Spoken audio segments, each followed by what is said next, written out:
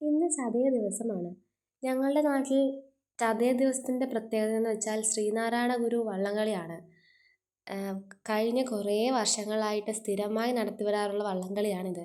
എന്നാൽ കഴിഞ്ഞ പ്രാവശ്യം ഇത് നടത്താൻ പറ്റിയില്ല. കാരണം നമ്മളുടെ NH ഹൈവേയുടെ പണി കാരണമാണ് നടത്താൻ പറ്റാഞ്ഞത്. അതിനും കൂടെ ഭേദമായിട്ട് ഇപ്രാവശ്യം വള്ളംകളി കെങ്കേമമായിരുന്നു.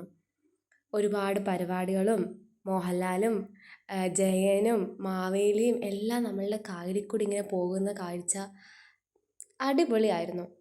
പിന്നെ നമ്മളുടെ ഈ നാട്ടിൽ എല്ലാവരും ഒത്തൊരുമിച്ച് ഒന്ന് എൻജോയ് ചെയ്യുന്ന പരിപാടി ഈ വള്ളംകളിയാണ്. ഓണത്തെക്കാളും നമ്മുടെ ഓണം വള്ളംകളിയാണ്. എൻ്റെ വീടിൻ്റെ ബാക്കിലായിരുന്നു ഒരുപാട് ആൾക്കാർ വന്നിരുന്ന് വള്ളംകളി കണ്ടിട്ടുണ്ടായിരുന്നു.